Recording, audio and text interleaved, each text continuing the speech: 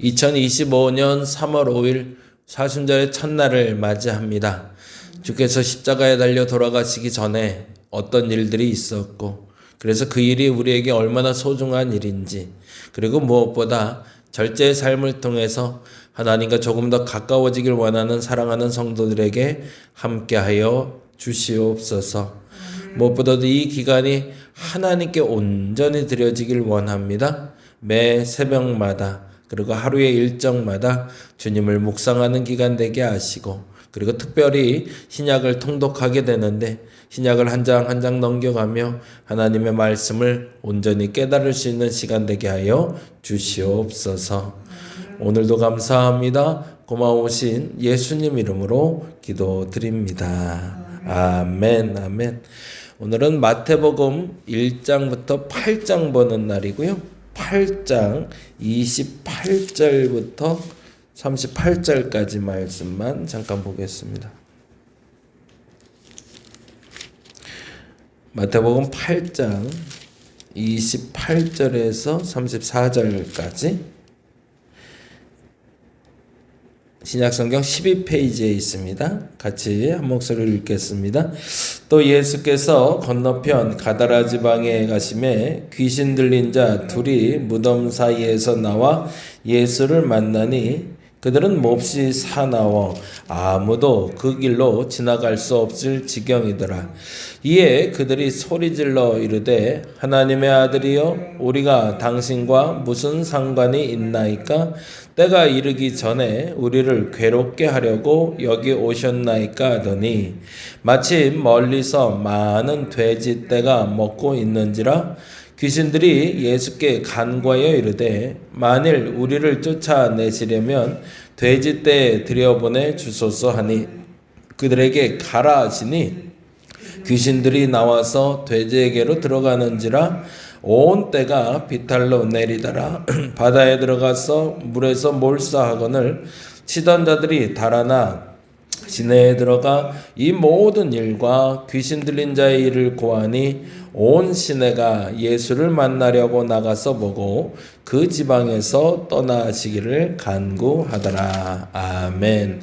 오늘부터 사순절 시작됐고요. 1장 마태복음 1장부터 8장까지 오늘 봅니다. 매일 말씀 본문은 이제 주보를 통해서 공지 드리고, 그리고 온라인 가피풀 우리 온라인 통독을 통해서 공지가 되니까요. 그날 말씀 같이 쫓아오시면 좋겠고, 그래서 그 기간 동안은 주님은 나의 최고봉은 개인적으로 좀 읽어가시면 좋겠다라는 생각이 듭니다. 그리고 사순절 기간 동안 가급적이면 온라인으로 계속 진행하려고 합니다. 그래서 고난주간에만 특별히 좀 다 같이 모여서 기도하는 시간 갖도록 하고요. 요 사순절 기간 동안은 온라인에 집중해서 할 수 있도록, 그래서 제가 윤권사님께도 좀 양해를 구했어요. 그래서 마지막 고주에 우리 집중해서 모이자. 근데 어제도 그렇고 그제도 그렇고 자꾸 눈 오고 비 오고 해서 아무래도 좀 불편할 수 있어서 그렇게 진행하도록 하겠습니다. 그래서 방식은 보통 8장에서 10장 정도의 본문을 보게 됩니다. 그래서 한 장 한 장의 요약을 제가 이렇게 말씀드리면 성경에 각자 자신의 성경에다가 그 요약을 한번 적어보시고, 그리고 각자 본인이 읽어가시면서 그 요약 부분에 추가해 가시면 될 것 같습니다. 가장 기본적인 요약에 대해서 제가 말씀드리고 그거에 대한 해석을 말씀드리면 거기다가 본인이 읽고 여기에는 이런 얘기도 더 있는데 혹은 이 얘기가 중요한 것 같은데 라고 단어나 문장으로 찾아가시면 될 것 같습니다. 그럼 지금부터 마태복음 1장부터 잠깐 한번 넘겨가면서 살펴보도록 하겠습니다. 그리고 가급적이면 마지막 장에 있는 이야기를 설교에 조금 좀 풍성하게 나누도록 하겠습니다. 마태복음 1장은 말 그대로 족보에 대해서 기록하고 있습니다. 지금은 계보라는 단어를 쓰기도 하는데 과거의 단어는 족보라고 했고요. 이 족보에서 매우 중요한 단어는 두 가지인데 여인과 다윗입니다. 그래서 이 여인들이 5명이 등장하는데 그 모든 여인들이 다 마리아만 빼고 이방 여인들이라는 것이 주목할 만한 일이고요. 그리고 다윗을 증명하는 이유는 예수 그리스도의 계보에 있어서 가장 중요한 인물이 바로 다윗이기 때문에 그렇습니다. 이유는 구약에서 메시아의 상징 언어로 사용되는 분이 바로 다윗입니다. 그래서 이 다윗의 계보를 통해서 예수 그리스도가 태어났다라는 것을 말하기 위해 사실은 1장에서 여인들에 대한 이야기와 특별히 다윗을 중심으로 14대로 나눠서 3번 반복하고 있는 것이 마태복음의 족보입니다.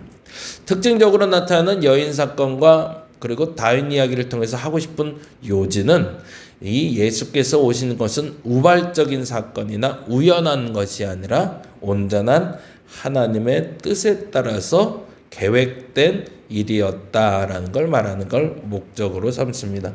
그래서 1장부터 25절까지 1절부터 25절까지 이야기를 통해서 그 여인 5명을 찾아보시고 다윗이 언제 나오고 그래서 이것이 어떤 뜻을 이루기 위한 것인가를 찾아보신다면 1장을 익숙하게 그리고 흥미롭게 보실 수 있을 것 같습니다. 2장 얘기는 영아 소동이 나옵니다. 영아 소동이라고 표현하기는 한 이유는 수많은 아이들의 죽음을 경험하게 됩니다. 근데 거기에 연관돼서 이렇게 적어 놓으시면 좋을 것 같은데 출애굽이라고 적어 놓으시면 좋을 것 같습니다.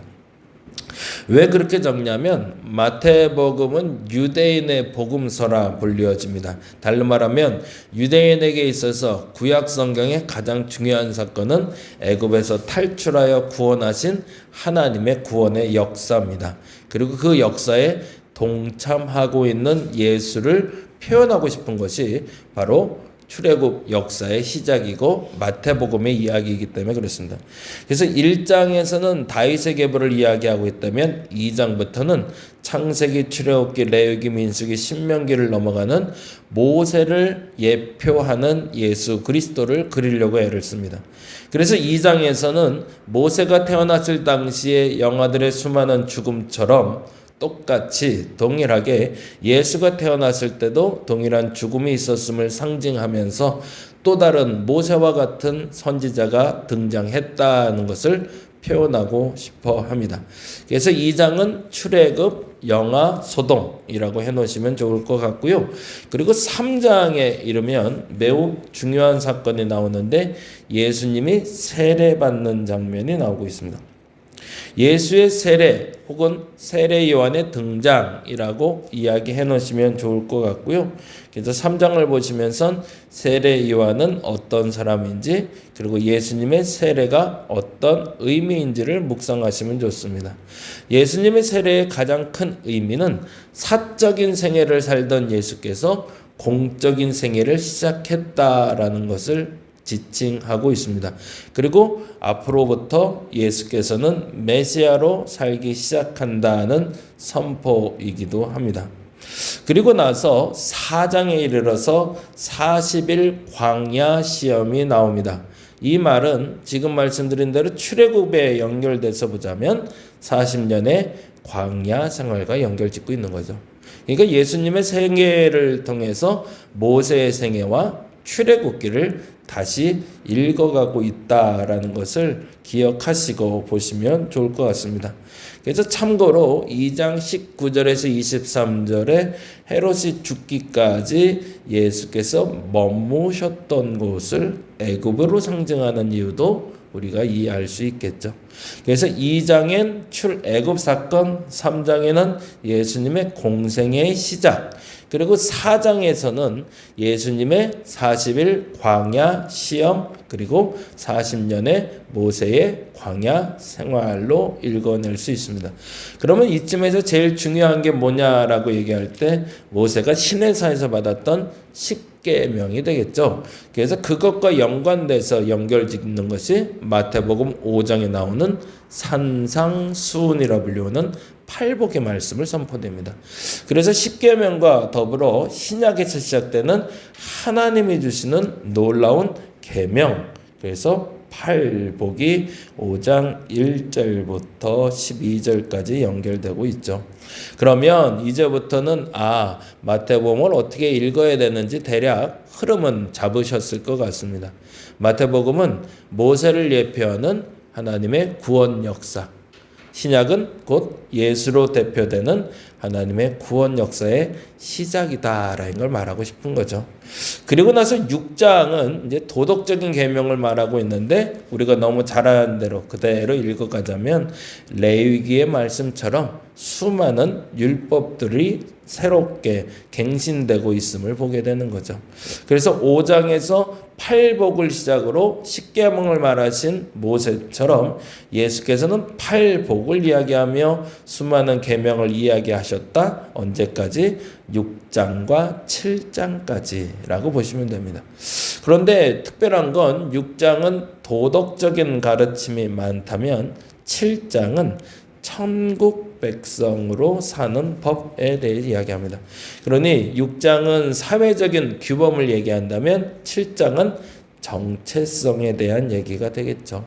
예수 믿는 사람들은 어떻게 살아야 되는가라는 질문을 던졌을 때 5장부터 8장까지 이야기를 우리가 눈여겨보게 되는데 5장에서는 말씀드린 팔복을 중심으로 보시면 좋고 6장은 사회적인 규범으로 보시면 좋고 7장은 내가 어떤 사람인가라는 정체성의 개념으로 보신다면 충분히 7장까지를 이해하며 읽으실 수 있을 것 같습니다.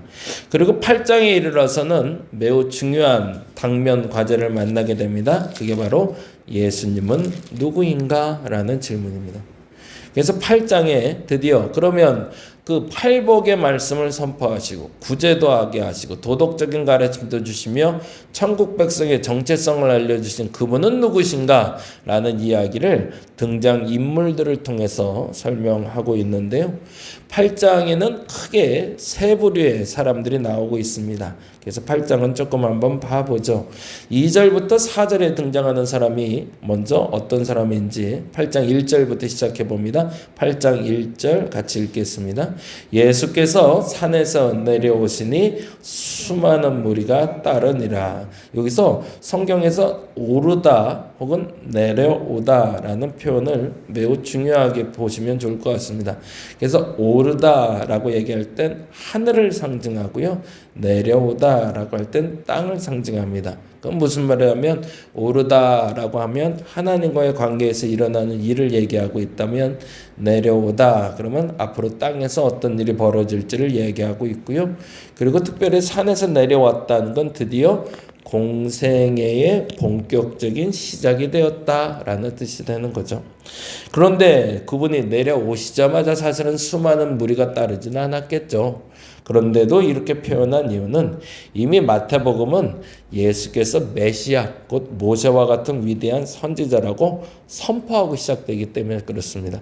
그래서 모세를 따르던 이가 수많은 이스라엘 백성들이 따랐던 것처럼 예수께서 드디어 능력을 가지고 선포하기 시작하자 수많은 무리가 따랐다라고 전제하고 시작합니다.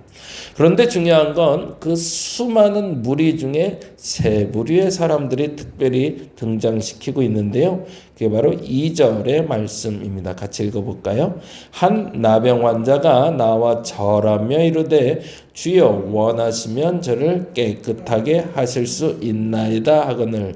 매우 중요한 사람입니다. 나병 환자 거기다 줄쳐놓고요.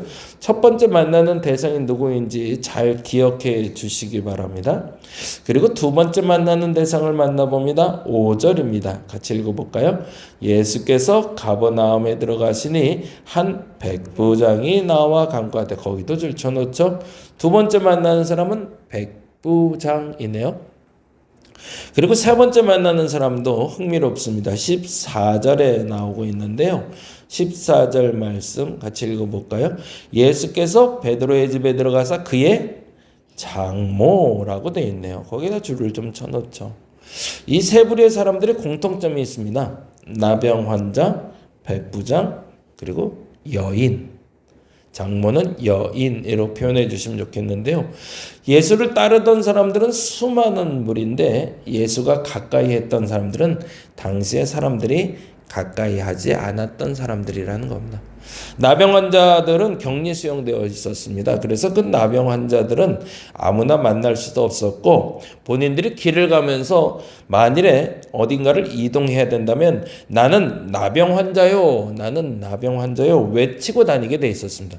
그래서 내가 나병 환자요 외친 다음에 사람들이 길을 피하면 그때 몰래 급히 이동해야 되는 사람들이 나병 환자였습니다. 유대인들에게 있어서 이방인은 구원받지 못할 천한 백성들, 더 정확히는 천국의 불쏘시개라고 불리던 사람들입니다. 격리되었던 사람들이죠.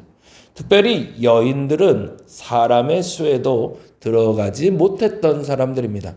예수께는 수많은 무리가 따르고 있었지만 예수께서는 그들을 가까이 하지 아니하시고 사람들에게 소외되고 약한 사람들을 가까이 하셨다라는 얘기를 하고 싶은 거죠. 그래서 8장 1절에서 14절까지 이야기를 한마디로 요약한 단어가 17절에 있습니다. 17절 말씀 읽어보죠. 이는 선지자 이사야를 통하여 하신 말씀에 우리의 연약한 것을 친히 담당하시고 병을 짊어지셨도다. 아멘. 그래서 예수님은 누구신가? 라고 얘기할 때 우리는 우리의 연약한 것을 친히 담당하시는 분, 그리고 병을 짊어지시는 분이라고 정의하고 있는 것을 보게 됩니다. 마태복음에서 말하고 싶었던 예수는 구원자입니다. 이 땅을 구원하기 위해서 오신 분은 수많은 무리가 따를 때 권력자들과 능력 있는 자들의 친구가 되어주신 분이 아니라 당시에 격리되어 있고 사람으로 인정받지 못했고 천국의 불쏘시개로 쓰일 거라고 여겨졌던 나병 환자와 이방인과 그리고 여인과 함께 하셨던 곧 이 땅의 연약한 자와 함께 하시는 분으로 읽어내고 있죠. 근데 마태복음에서 정말 중요한 사건은 그를 예수는 신적인 존재로 표현하기를 원했습니다. 그게 바로 24절부터 시작되는 얘기인데요. 24절에 이런 얘기가 나오죠. 24절 같이 한번 읽어볼까요? 바다에 큰 놀이 일어나 배가 물결에 덮이게 되었는데 예수께서는 주무신지라. 그 다음에 이렇게 됩니다. 그 제자들이 나와 깨우며 이르되 주여 구원하소서라고 말하네요. 이건 무엇을 위해서 오신 분인지를 명료하게 설명하고 싶은 거죠. 예수는 구원자라는 얘기를. 그리고 26절에 예수께서 이르실 때 어찌하여 무서워하느냐 믿음이 작은 자들아 하시고 곧 일어나사 바람과 바다를 꾸짖으니 아주 잔잔하게 되거늘. 그 다음에 매우 중요합니다. 27절에 사람들이 질문을 하네요. 뭐라고? 그 사람들이 놀랍게 여겨 이르되 이가 어떠한 사람이기에. 그렇죠. 거기다 줄 쳐놓으시면 좋을 것 같습니다. 말씀드린 대로 8장 1절에서 22절까지는 약자의 하나님 그리고 소외된 자의 하나님 그 병을 짊어지시는 도덕적인 영웅 선지자로 읽어내고 있다면 23절부터 이어지는 본문을 통해서는 예수는 어떠한 사람인지를 말해주고 싶은 거죠. 바람과 바다도 순종하는 사람, 그들에 대해서 제자들은 이해하고 있지 않았지만 이를 고백하는 이를 만나게 되네요. 그게 바로 28절이 됩니다. 28절 읽어봅니다. 또 예수께서 건너편 가다라 지방에 가심에 귀신 들린 자 둘이 무덤 사이에 나와 예수를 만나니 그들은 몹시 사나워 아무도 그 길로 지나갈 수 없을 지경이더라. 그리고 얘기하네요. 예수님은 누군지. 25절 읽어볼까요? 이에 그들이 소리질러 이르되 하나님의 아들이여. 거기다 줄 쳐놓으시죠. 그래서 예수께서는 친히 약자들을 담당하시며 약자들의 친구, 곧 격리됐던 사람들까지도 사랑하셨던 분이라고 표현하고 있지만 단지 그것은 선지자들의 삶이라면 진정 예수님은 누구인가? 라고 얘기할 때 제자들의 질문에 마치 답하듯이 귀신의 소리를 통해서 들려오는 소리, 곧 하나님의 아들이다 라고 선포하고 있는 겁니다.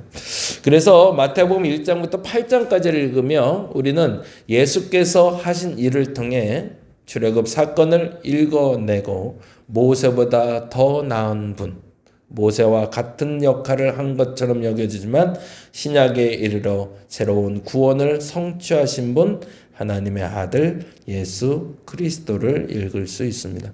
1장부터 8장까지 오늘 읽는 날입니다. 온라인으로도 한번 읽으시고 설교 다시 한번 들으시면서 오늘 8장까지 이야기 중에 특별히 나에게 예수님은 어떤 분인가 믿음으로 고백할 수 있는 오늘 한 날 되시기를 바랍니다. 기도하겠습니다. 오늘부터 신약 통독 시작합니다. 하나님 맛있게 성경을 읽을 수 있는 시간 되게 하여 주시고 성경이 들려지게 하시고 성경이 적용되게 하여 주시옵소서. 특별히 다시 한번 요청드리옵기는 사순절입니다. 이 사순절을 복되고 귀하게 맞이하고 보내게 하여 주시옵소서. 감사합니다. 고마우신 예수님 이름으로 기도드립니다. 다 같이 기도하고 돌아가겠습니다. 하나님 감사합니다. 오늘 이 시간에 임하여 주시고